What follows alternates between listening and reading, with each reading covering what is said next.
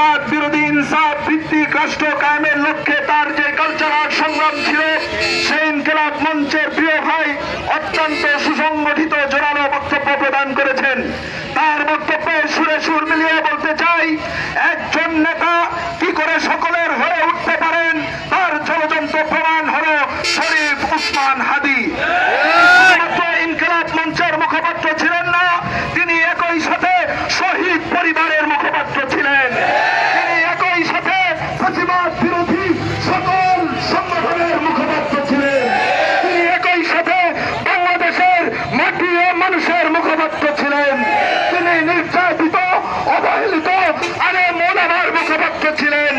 আমরাও চাই যারা বাংলাদেশের জাতীয় পর্যায় সহ প্রান্তিক পর্যায়ে নেতৃত্ব দিবেন, ন্যায় ইনসাফের ক্ষেত্রে আপসহীন শরীফ উসমান হাদী হয়ে উঠবেন।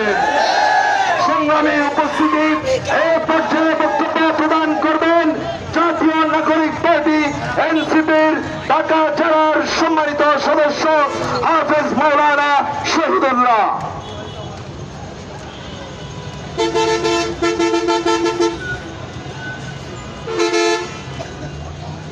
ইনকিলাব ইনকিলাব জিন্দাবাদ, দিল্লি না ঢাকা, দিল্লি না ঢাকা। সংগ্রামী সাথী ও বন্ধুগণ, আমাদের হাজী ভাই দীর্ঘ এক সপ্তাহ অত্যন্ত কষ্টের সাথে জীবন যাপন করার পর, গুলিবিদ্ধ হওয়ার পর আজ তিনি গতকালকে রাতে ইন্তেকাল করেছেন।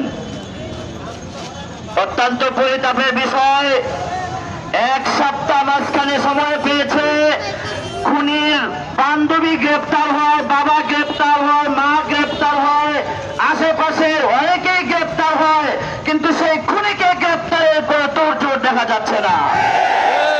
আমাদের কথা স্পষ্ট, সারা বাংলাদেশের বর্ডারে বিজিবি রয়েছে। এরা কি করেছে আমরা এখন শুনতে পাই যে সে নাকি ভারতে পালিয়ে গিয়েছে। ঢাকার মধ্যে একটা মানুষকে যদি খুন করে সে যদি ভারতে পালিয়ে যেতে পারে, আমি মনে করি ডক্টর ইউনূসকেও কেউ খুন করে ভারতে পালিয়ে যেতে পারবে।